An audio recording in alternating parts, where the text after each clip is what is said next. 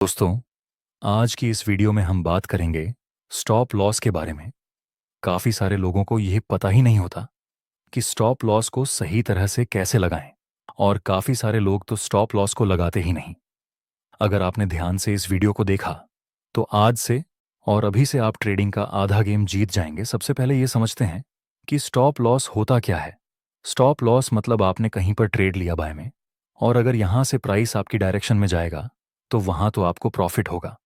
लेकिन अगर प्राइस आपकी डायरेक्शन के अगेंस्ट गया तो कहां पर आपको एग्जिट कर लेना है, वे होता है स्टॉप लॉस।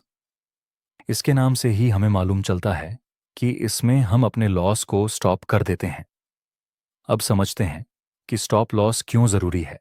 तो इसका काम होता है, प्राइस आपकी डायरेक्शन के अगेंस्ट जाता है, तब अगर आपने सही तरह से स्टॉप लॉस नहीं रखा तो फिर आपका जितना भी कैपिटल है वह सारा का सारा जीरो भी हो सकता है।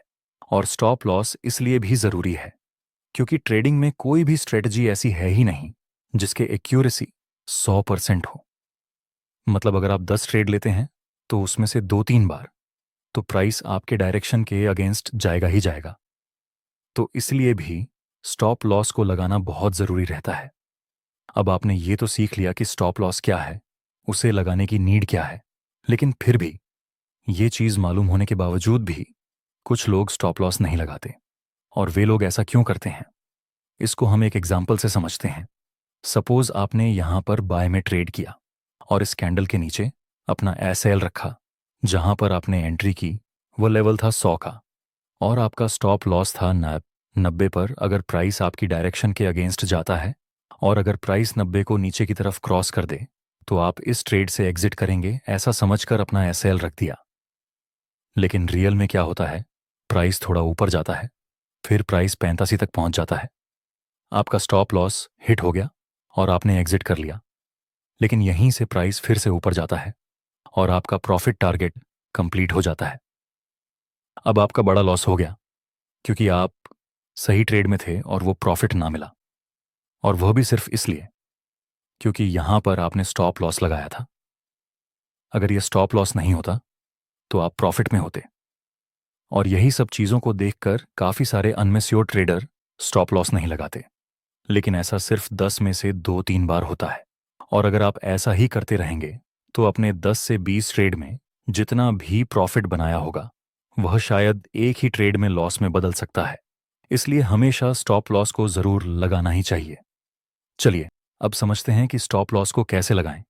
पहला तरीका है कैंडलस्टिक पैटर्न के हाई से ऊपर और उसके लो के नीचे। एक झमाले के लिए यहां प्राइस लोअर लो और लोअर हाई के स्ट्रक्चर में नीचे आ रहा है, सो ये डाउन ट्रेंड हुआ। तो अब हम ये दो पॉइंट को कनेक्ट करके एक बेरिश ट्रेंड लाइन बना देंगे।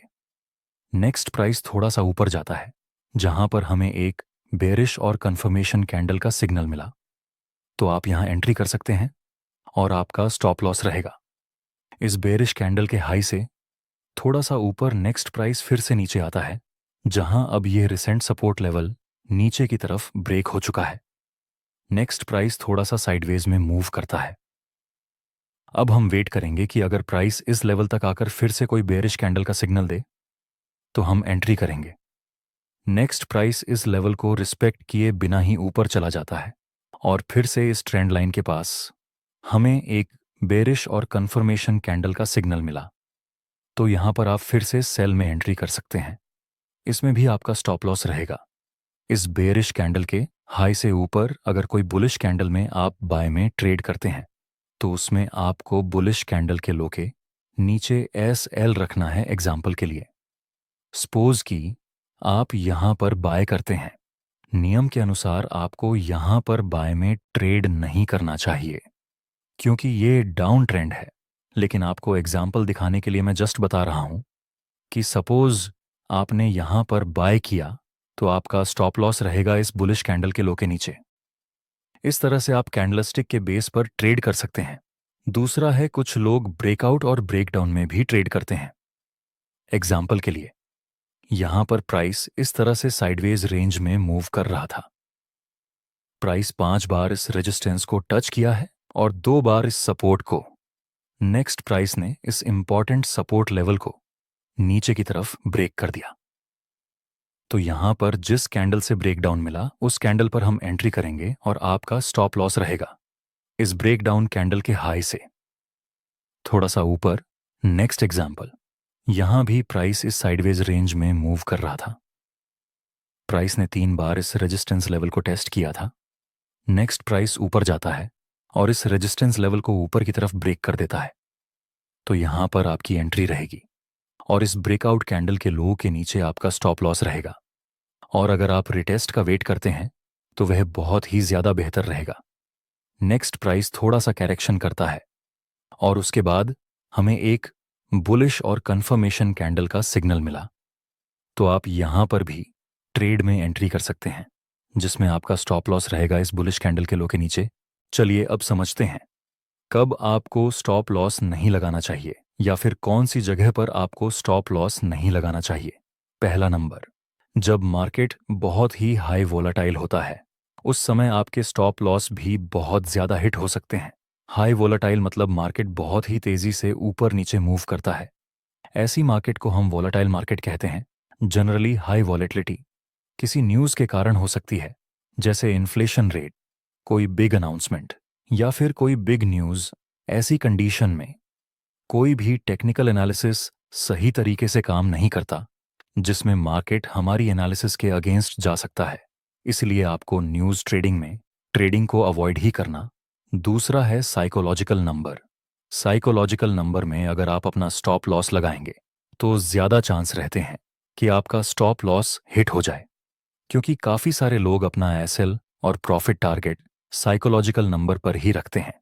जिनको साइकोलॉजिकल नंबर के बारे में नहीं मालूम उनको मेन शॉर्ट में ये समझा देता हूं कि 500 का लेवल, 1000 का लेवल, 1500 का लेवल, 2000 का लेवल, ये सब हुए साइकोलॉजिकल लेवल या फिर साइकोलॉजी का नंबर। आप इसे राउंडिंग नंबर भी बोल सकते हैं।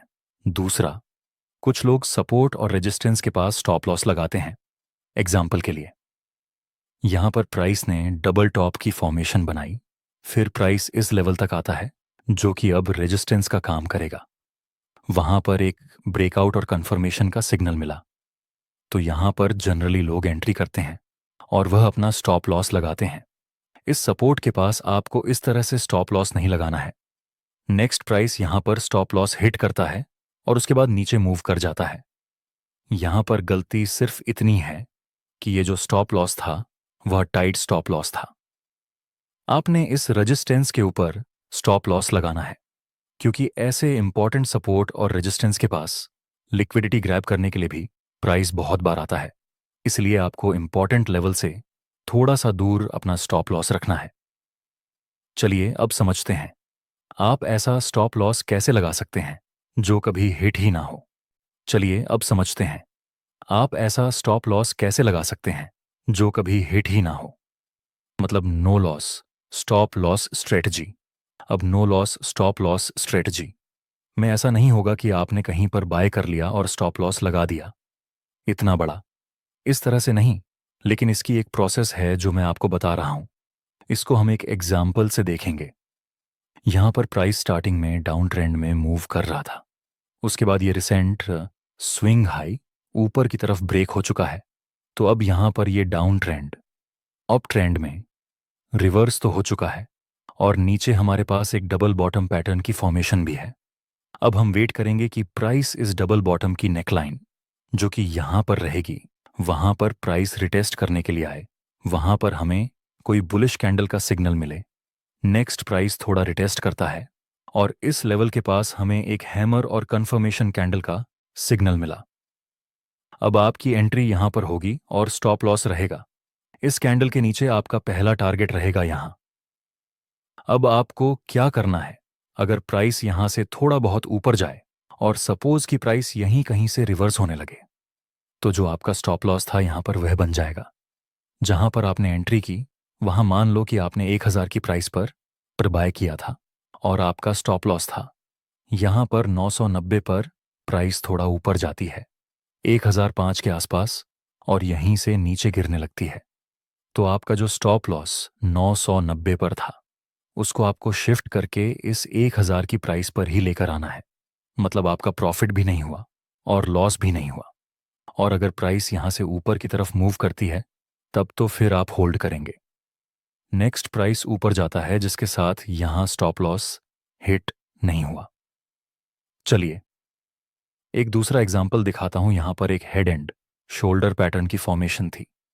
फिर प्राइस इस हेड एंड शोल्डर की नेकलाइन के पास आता है और यहां पर हमें एक बेरिश और कंफर्मेशन कैंडल का सिग्नल मिला।